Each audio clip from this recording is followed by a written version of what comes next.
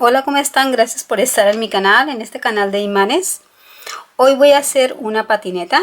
Miren, vamos a pasarla para allá para empezar.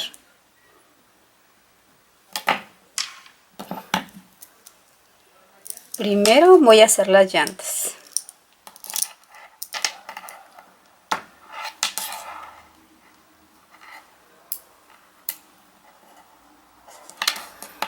Tengo que hacer 4 llantas.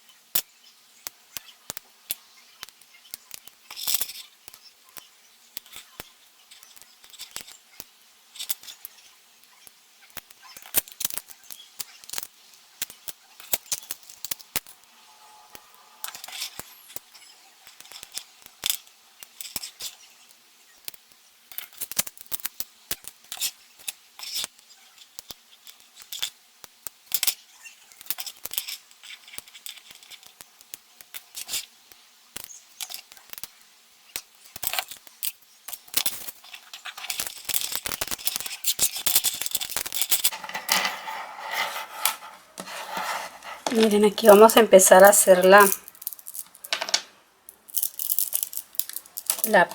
base de la patineta.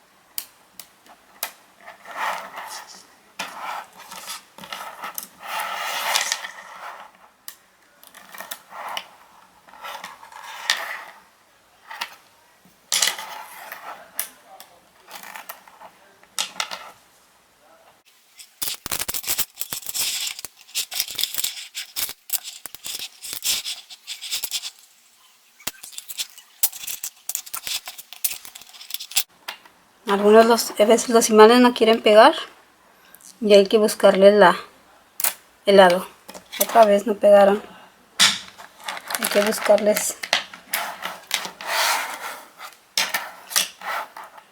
qué lado si quieren ser amigos. A este lado si quisieran.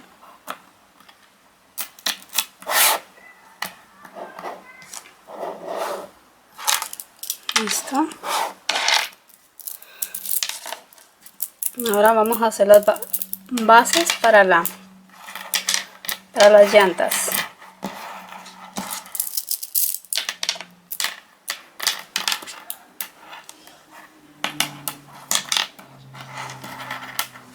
Es algo muy relajante usar los imanes. Pero es también relajante verlos. Y usarlos. Es muy entretenido también.